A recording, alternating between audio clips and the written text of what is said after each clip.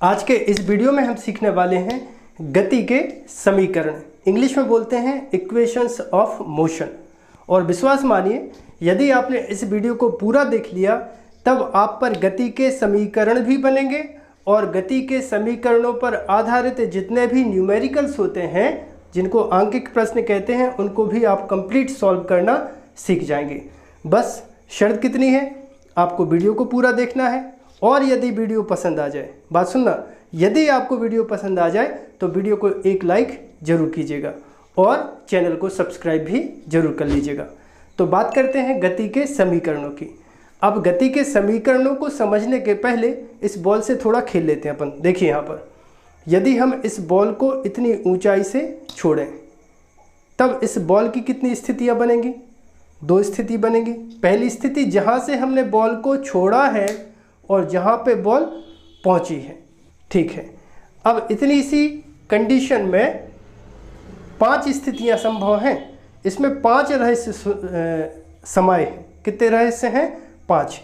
इस बॉल को यहाँ से यहाँ तक छोड़ने में 5 चीज़ें छुपी हैं। आप यदि चाहें तो बॉल को, आजकल देखिए सबके पास स्मार्टफोन है और स्मार्टफोन से आपको क्या करना है, स्लो मोशन में इस बॉल को ऐसे पकड़ के ऐसे आपको छोड़ना है और वीडियो को कर लेना है रिकॉर्ड, और वो भी स्लो मोशन में। जब आप रिकॉर्ड करेंगे तब आपके सामने 5 चीज़ें आएंगी। यहाँ पर सुनिए। सबसे पहले जैसे बॉल को यहाँ से हम छोड़ रहे हैं और यहाँ से जाके बॉल यहाँ पर आ रही है। अब यहाँ पर बॉल का जो वेग है, इस वेग को हम दर्शाते हैं u से, ठीक है। बॉल जब हम छोड़ रहे हैं, इसकी प्रारंभिक अवस्था है, यहाँ पर इसका जो वेग है वो कहलाता है u। यहाँ पर हम लिख देते हैं वस्तु का प्रारंभिक वेग, ठीक है। किससे दर्शाते हैं? u से दर्शाते हैं। इसके बाद वस्तु जहां पहुंची है, बॉल जहां पर पहुंची है, वहां पर हम कहते हैं इसको वस्तु का अंतिम वेग, ओके। जहां से वस्तु स्टार्ट हो रही है वो कहलाता है प्रारंभिक वेग, जहां पर पहुंची है वो कहलाता है अंतिम वेग, और इसको दर्शाते हैं v से। क्लियर है? जहां से वस्तु स्टार्ट हुई है उसकी इनिशियल वेलोसिटी है, स्मॉल u से दर्शाते हैं। जहां पर वस्तु पहुंची है वहां पर वस्तु का अंतिम वेग है और दर्शाते हैं v से। जहां पहुंची है तो इसके लिए वस्तु के विस्थापन को दर्शाते हैं s से, ठीक है। वस्तु या बॉल का विस्थापन यहाँ से स्टार्ट हुआ है और यहाँ पहुँची है, तो यहाँ से यहाँ तक पहुँचने में जितना वस्तु का विस्थापन हुआ है उसको दर्शाते हैं s से। अब देखो, यहाँ से यहाँ तक पहुँचने में टाइम लगेगा तो उस टाइम को दर्शाते हैं t से। क्लियर है? जब बॉल को हमने ऐसे छोड़ा है ना, तो इसमें टाइम भी लगा है, इस टाइम को दर्शा रहे हैं t से।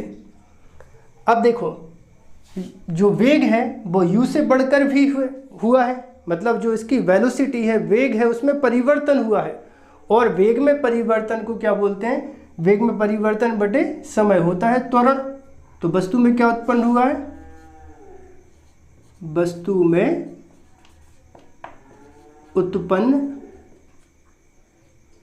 उत्पन्न त्वरण, इसको दर्शाते हैं a से। देखिए कितनी बातें आ गई, 5 आ गई, u, t, v, s और a, ओके। मतलब 5 प्रकार की, वस्तु के प्रारंभिक वेग u, वस्तु के अंतिम वेग v, विस्थापन s, त्वरण a और समय t में संबंध दर्शाने वाले समीकरण को हम कहते हैं गति के समीकरण। और गति के समीकरणों की जो खोज करी थी वो करी थी वैज्ञानिक गैलीलियो ने। याद रखना, गति के नियम वैज्ञानिक न्यूटन ने प्रतिपादित किए थे। गति के नियम किसने प्रतिपादित किए थे? वैज्ञानिक न्यूटन ने। गति के समीकरण किसने वैज्ञानिक ने दिए थे? वैज्ञानिक गैलीलियो ने गति के समीकरणों को प्रतिपादित किया था। आप बिल्कुल याद रखिएगा। कई लोग गति के समीकरणों को ही लिख देते कि इसको भी वैज्ञानिक न्यूटन ने प्रतिपादित किया था। जबकि आपको याद रखना है कि गति के समीकरण वैज्ञानिक गैलीलियो ने दिए थे और गति के नियम वैज्ञानिक न्यूटन ने दिए थे। ओके, तो इन 5 प्रकार की भौतिक राशियों में संबंध दर्शाने वाले समीकरणों को हम कहते हैं गति के समीकरण।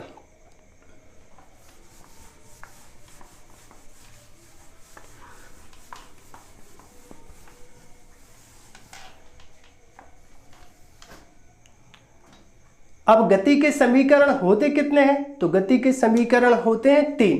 पहला होता है v बराबर u प्लस at, इसको कहते हैं गति का प्रथम समीकरण।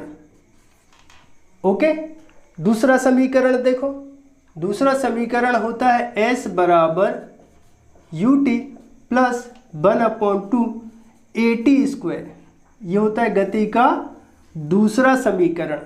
ठीक है, सेकंड समीकरण। गति का तीसरा समीकरण होता है v का वर्ग बराबर u का वर्ग प्लस 2as। ठीक है, यहाँ पर 5 प्रकार की राशि हैं, अभी मैंने सबके मतलब बता दिए हैं। तो इन 5 राशियों में संबंध दर्शाने वाले इन समीकरणों को क्या कहते हैं? गति के हम समीकरण कहते हैं। और एक एक करके इन तीनों समीकरणों को हम प्रूव करने वाले हैं। ठीक है, पहले सबसे पहले कर लेते हैं गति के प्रथम समीकरण की स्थापना कर लेते हैं। ओके, गति के प्रथम समीकरण को हम करते हैं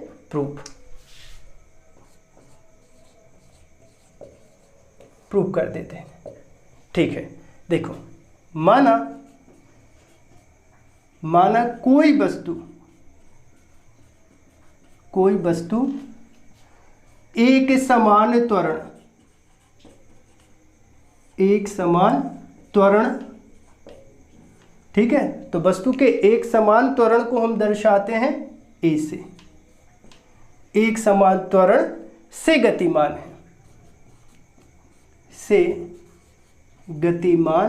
है। ओके, समय t बराबर 0 पर वस्तु का प्रारंभिक वेग कितना है? u है। जहाँ से वस्तु स्टार्ट होती है उसको वस्तु का प्रारंभिक वेग कहते हैं और दर्शाते हैं u से। जब वस्तु कोई समय नहीं लेती, ठीक है, इस बॉल से देखो, जब वस्तु ने कोई समय नहीं लिया तो उस समय पे वस्तु का वेग कितना है? u। t बराबर कितना है? 0। तथा समय t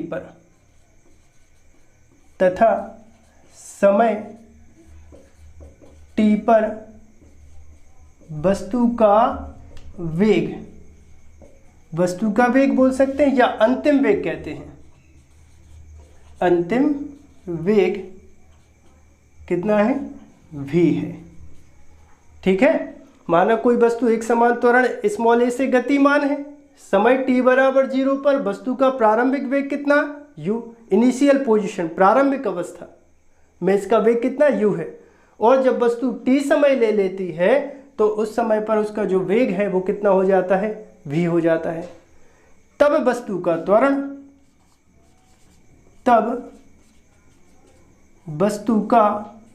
त्वरण, तो वस्तु के त्वरण को तो किससे दर्शाते हैं? a से। और वस्तु के त्वरण बराबर सूत्र होता है वेग में परिवर्तन बटे होता है समयांतराल। ओके, त्वरण को किससे दर्शा रहे? a से। अब वस्तु के वेग में परिवर्तन क्या हुआ? वस्तु का पहले वेग कितना था? u। बाद में वेग कितना हुआ? v। मतलब वेग में परिवर्तन हुआ v माइनस u। अब ये बात आती है कि v में से u क्यों घटाया, u में से v क्यों नहीं घटाया? बात ये आती है कि ज़्यादा कौन है? v। u तो प्रारंभिक वेग है और बाद में वस्तु ने जब पूरी दूरी तय करी तो उसके दौरान उसका जो वेग क्या हो गया? v। तो ज़्यादा में से कम को घटा दो तो कितना हो जाएगा? v। मतलब अंतिम वेग माइनस करना है प्रारंभिक वेग। ओके, बटे कितना समय अंतराल, तो v के संगत समय कितना था t, तो यहाँ पर आ जाएगा कितना t माइनस u के संगत समय कितना था 0, तो यहाँ पर लिख देंगे 0, या फिर a बराबर कितना हो जाएगा v माइनस u बटे t में से 0 जाएगा तो कितना बचेगा t, या फिर t का त्रियक गुणा करें तो कितना हो जाएगा a इंटू टी बराबर v माइनस u।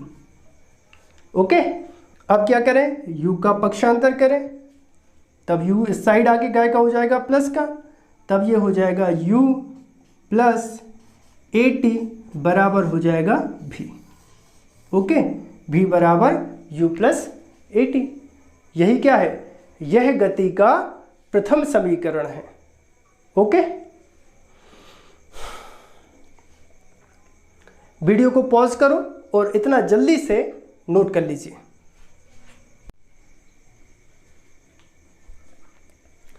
चलो ठीक है, अब गति के दूसरे समीकरण की स्थापना करते हैं। गति का दूसरा समीकरण क्या होता है, s बराबर ut प्लस 1/2 at स्क्वायर, ये होता है गति का दूसरा समीकरण। और गति के इस दूसरे समीकरण को हमें करना है प्रूफ। तो हम ज्यों का त्यों मानेंगे कि माना कोई एक वस्तु है और वो वस्तु एक समान त्वरण से क्या है, गतिशील है। कितने त्वरण से गतिशील है, एक समान त्वरण से गतिशील है। समय t बराबर 0 पर, समय t बराबर 0 पर वस्तु का वेग, कौन सा वेग, प्रारंभिक वेग, वस्तु का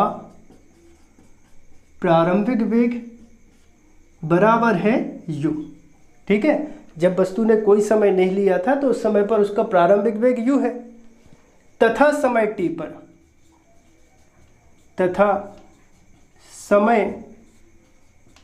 पर वस्तु का अंतिम वेग बराबर लिखना है v। वस्तु के प्रारंभिक वेग को हमेशा दर्शाना है u से और वस्तु के अंतिम वेग को दर्शाना है हमेशा v से, और एक समान त्वरण को दर्शाना है किससे, a से। ओके, तब वस्तु का औसत वेग,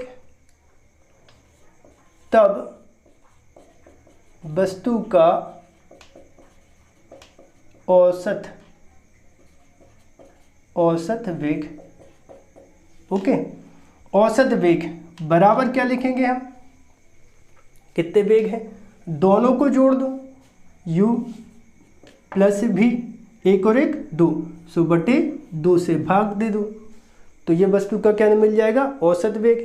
तो यहाँ पर औसत वेग का सूत्र क्या बन जाएगा, देखो VAB। Okay, V for velocity और AV का मतलब हो जाएगा एवरेज, मतलब औसत वेग। दोनों पदों को जोड़कर 2 से भाग दे दो, क्योंकि एक अपने पास प्रारंभिक वेग है, एक अंतिम वेग है, एक और एक 2, सो बटे 2 बराबर क्या लिख दें, बराबर u प्लस v और बटे में 2। तो ये तो निकला वस्तु का औसत वेग। अब यहाँ पर देखो, वेग का एक सूत्र होता है, वेग बराबर होता है विस्थापन बटे होता है समय। ओके, अगर इसको हम विस्थापन के बराबर करेंगे तो समय का त्रियक गुणा हो जाएगा। यहाँ पर क्या लिख सकते हैं, विस्थापन बराबर वेग।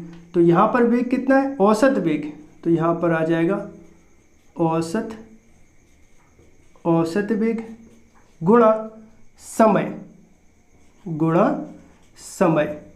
ओके, विस्थापन को किससे दर्शा रहे, सबसे शुरुआत में बताया था, विस्थापन को दर्शा रहे s से, तो यहाँ पर आ जाएगा s।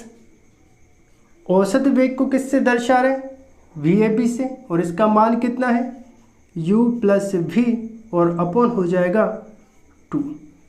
और समय को किससे दर्शा रहे, एक्चुअली यहाँ पर समय नहीं है, समय अंतराल है। समय कितना है, t बराबर 0 और यहाँ पर कितना है t, मतलब क्या हो जाएगा, t माइनस 0, तो कितना बचेगा t। तो यहाँ पर लिख देते हैं समय कितना है t। ओके, चूंकि गति के प्रथम समीकरण में हम सिद्ध करके आ चुके हैं, क्या सिद्ध करके आ चुके हैं, v बराबर होता है u प्लस ए टी। ठीक है, अब ये v का मान है, यहाँ पर देखो आपको v दिख रहा होगा, तो v का मान रख देते हैं। v का मान क्या हो जाएगा, s बराबर u, अब कितना प्लस, अब v, तो v का मान कितना है u प्लस ए टी बटे कितना, बटे में 2 ब्रैकेट और फिर कितना गुणा करके t। अब यहाँ पर देखो जरा, u और u जुड़कर कितने हो गए 2u, तो ये हो जाएगा s बराबर 2u प्लस ए टी बटे 2 और गुणा करके कितना है t है। ठीक है, वीडियो को जल्दी से पॉज करो और इतना कंप्लीट आप नोट कर लीजिए, या फिर इसका सॉल्यूशन का एक स्क्रीनशॉट ले लीजिए। अब आगे देखो, इसे t का इस ब्रैकेट में गुणा कर दीजिए, इस t का 2u में गुणा कर दीजिए और at में भी गुणा कर दीजिए, तब ये बन जाएगा s बराबर, सबसे पहले t का 2u में गुणा करेंगे तो ये हो जाएगा 2ut। ओके, प्लस अब यहाँ पर at में भी कर दीजिए, तब ये हो जाएगा at स्क्वायर। t का t में गुणा करेंगे तो कितना हो जाएगा t स्क्वायर, और बटे हो जाएगा 2। अब ये जो 2 है वो 2ut के साथ लिखा है और at स्क्वायर के साथ भी लिखा है, तो इसको हम अलग अलग लिख देते हैं, तब ये s बराबर कितना हो जाएगा, देखो 2ut बटे 2 प्लस at स्क्वायर बटे 2। अब यहाँ पर देखो 2 से 2 को कैंसिल कर देते हैं, तब ये हो जाएगा s बराबर ut प्लस यहाँ पर 1 बटे 2 और ये हो जाएगा at स्क्वायर। तब ये बनेगा गति का दूसरा समीकरण। क्लियर है इतना? वीडियो अच्छा लग रहा हो तो वीडियो को लाइक ज़रूर करना है, और वीडियो आपको पसंद आ रहा हो तो चैनल को सब्सक्राइब भी कर लीजिए, ताकि ऐसे ही वीडियो आपको लगातार मिल सके। ठीक है, आप हमें सपोर्ट करिए, हम आपको सपोर्ट करेंगे। ओके, चलो ठीक है, गति के तीसरे समीकरण की स्थापना करते हैं। गति का तीसरा समीकरण होता है v का वर्ग बराबर u का वर्ग प्लस होता है 2as। इसको हमें करना है प्रूफ, कर देते हैं, कोई बड़ी बात नहीं, कोई दिक्कत की बात नहीं है। वीडियो को बड़े धैर्य के साथ देखिए, पढ़ना बड़ी बात नहीं है, धैर्य के साथ पढ़ना बड़ी बात है। लोग क्या करते हैं, थोड़ा सा वीडियो देखा, क्लिक किया, दूसरे वीडियो पर पहुंच गए। अरे बंद के थोड़े धैर्य के साथ आप वीडियो देखिए, आप पर सब बनेगा। ठीक है, पढ़ने की एक इच्छा बस की आवश्यकता है। चलो, तो गति के तीसरे समीकरण को हम प्रूफ करते हैं। प्रूफ, अब देखो, प्रूफ करने के लिए गति के प्रथम समीकरण का हम यूज कर लेते हैं। गति का प्रथम समीकरण होता है, गति के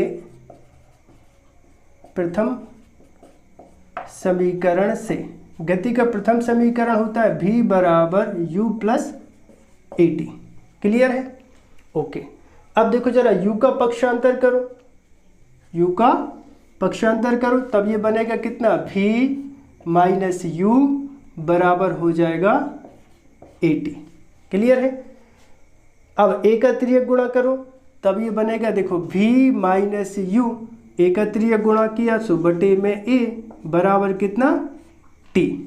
तो t का मान कितना मिल गया, समीकरण 1 से, गति के प्रथम समीकरण से हमने किसका, t का मान प्राप्त कर लिया। अब देखो, 2 मिनट पहले ही हमने एक सूत्र पढ़ा है औसत वेग का। औसत वेग बराबर विस्थापन बटे होता है समय। ठीक है, विस्थापन के बराबर करो, विस्थापन बराबर कितना होगा, देखो औसत वेग गुणा समय, औसत वेग औसत वेग गुणा समय। ठीक, अब यहाँ पर विस्थापन को किससे दर्शा रहे हैं? एस से। तो विस्थापन को हम एस लिख देते हैं बराबर औसत वेग का अभी 2 मिनट पहले हमने सूत्र पढ़ा है। क्या सूत्र पढ़ा है? v प्लस यू बटे 2 गुणा, अब समय है, समय को किससे दर्शा रहे? टी से, या फिर ये हो जाएगा s बराबर, एक काम करो जरा, यहाँ पर t आ गया, t का तो अपने पास मान है, कितना मान है? v माइनस यू अपॉन ए। तो यहाँ पर हम मान रख देते हैं t का, समय t का मान कितना है? v माइनस यू बटे कितना? a। ओके, अब हमने एक सूत्र पढ़ा है, एक ब्रैकेट में a प्लस बी और एक ब्रैकेट में a माइनस बी बराबर हो, तो इसको हम लिख सकते हैं a स्क्वायर माइनस लिख सकते हैं b स्क्वायर। अब यहाँ पर देखो जरा, a plus B, a minus B बराबर a square minus B square, बस a और b की जगह यहाँ v और u है, मान भरते हैं। ओके, तब ये हो जाएगा s बराबर a स्क्वायर, मतलब ये हो जाएगा v स्क्वायर, b स्क्वायर माने हो जाएगा u स्क्वायर, और अपॉन कितना? 2a upon 2a। आगे देखो, 2a का त्रियक गुणा करो तो ये हो जाएगा 2as बराबर कितना? v स्क्वायर माइनस हो जाएगा u स्क्वायर, या फिर आगे देखो जरा, u स्क्वायर का पक्षांतर कर दो, तब ये बनेगा v का वर्ग बराबर u का पक्षांतर, तो प्लस का हो गया u स्क्वायर प्लस 2as। इसको हम बोलते हैं गति का तृतीय समीकरण। ठीक है, आप सभी को वीडियो कैसा लगा है कमेंट करके बताइएगा। ठीक है, आप कमेंट करेंगे तो हमें पता लगेगा कि आपको वीडियो कैसे लग रहे हैं, ताकि इसी प्रकार के वीडियो हम आपको लगातार बना सकें। आई होप आप सभी को वीडियो पसंद आया होगा।